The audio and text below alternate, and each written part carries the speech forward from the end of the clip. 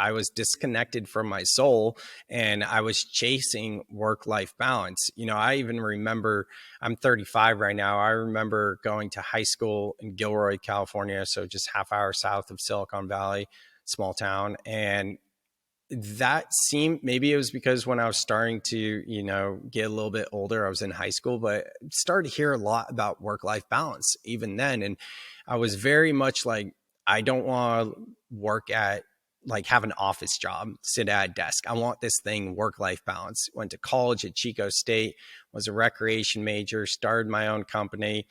And really my whole career was centered around like working to live, not living to work, and kind of Tim Ferriss's model of what he calls the NR, the new rich, which is basically a formula, a mathematical simple equation, figuring out how much you need to make on a monthly basis to live your dream lifestyle, and the 4-Hour Work Week, his book, really resonated with me. And I started to learn how to work with virtual assistants, and I scaled my business. So I was working less than 4 hours a day, like probably just a couple hours a day. And I was doing over $1 million in sales annually. So, I had work-life balance, but I still wasn't happy.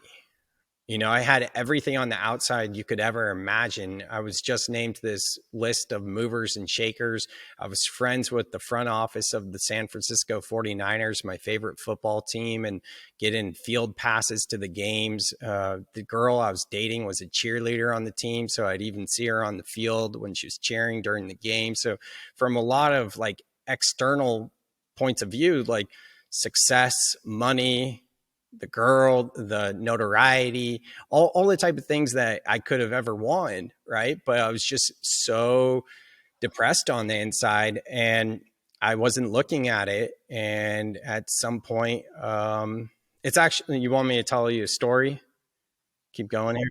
Yeah. So before LinkedIn became a total wasteland, so many spam messages and things like that, I used to do some prospecting for my business in LinkedIn. And this one woman that I was calling on, if you will, she said to me, she wanted to get on a call and I would be potentially selling to her. Then she starts saying about how I seem like a spiritual person. And this is back in, probably February of 2019, in the thick of that numbing depression. I had just gotten into transcendental meditation the year before. I had just gotten into microdosing with psilocybin the year before, but I would not have considered myself a spiritual person at all. But at the same time, I would, because ever since I was a kid, I grew up Jewish. I've always felt spiritual. I just never knew that that was actually an option, if that makes sense.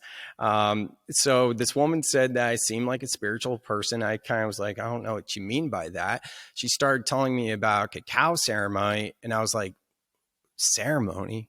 Like, I didn't even know the word ceremony. Like, I would think of like a wedding or a bar mitzvah. Like, what's a ceremony, And cacao, I was like, a chocolate ceremony? I had no idea what she was talking about. And she just started telling me about it and breath work and this other stuff. And there's something within me that just said, go to this, because I was just at a point of like surrender before I even knew of the concept of surrender. So I grabbed a friend to go to this cacao ceremony with me, not knowing what I was getting myself into.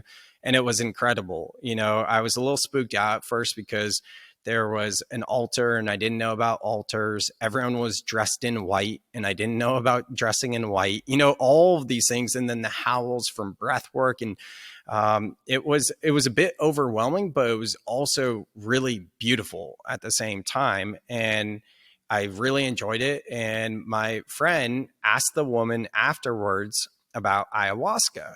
So we're driving home from this cacao ceremony. I go, my friend, you're going to do ayahuasca and you weren't going to tell me that?